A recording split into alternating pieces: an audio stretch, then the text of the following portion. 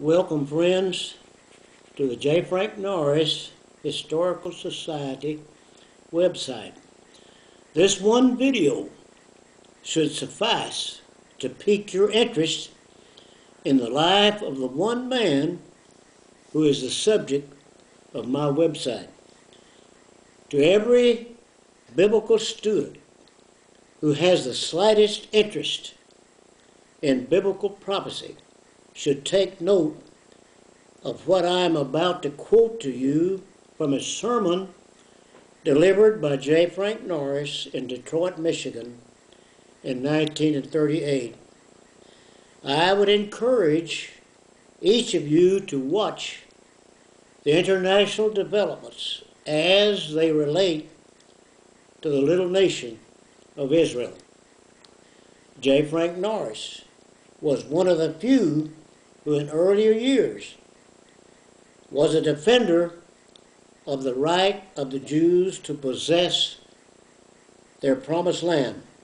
So friends, I want you to take note of the following, of which I am about to quote from a sermon by J. Frank Norris.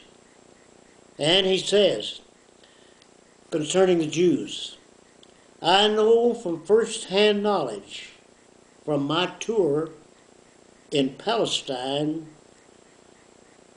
that the Jews have not persecuted the Arabs. He made many trips over to Palestine. And instead of the Arabs being driven out, they have actually increased in numbers since the Balfour Declaration. And I might add, this was in 1917 when the British were the first to recognize the rights of the Jews to their homeland. And he says further, J. Frank Norris, quoting, that the Jews paid for every inch of ground that they occupied, that the Jewish hospitals are open to the Arabs, and the Jews helped to maintain Arab schools.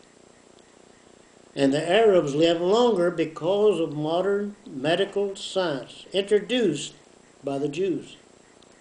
That the Arabs are richer because of the aggressive business methods of the Jews.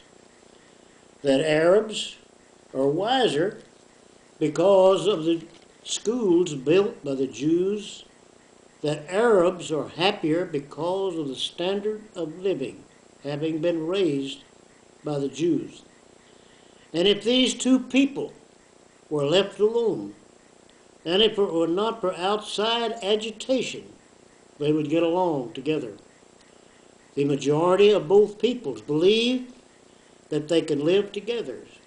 And so, further quoting J. Frank Norris, he said, why shouldn't this be the case?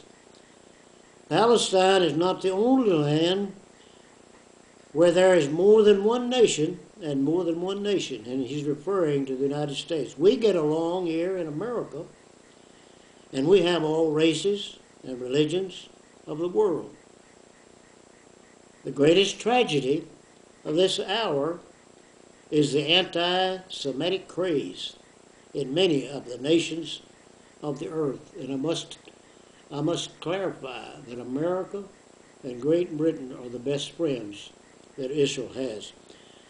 So he quotes in closing, surely the heads of these governments and peoples have not read.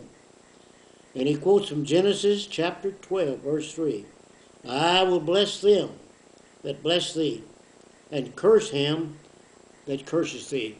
Friends, that is a significant verse to bear in mind when you're dealing with the Jewish question. There's more to come. Bear with me and listen to my website, and I have a lot of information that I hope to convey in days to come. Thank you for listening, and may God bless the United States of America.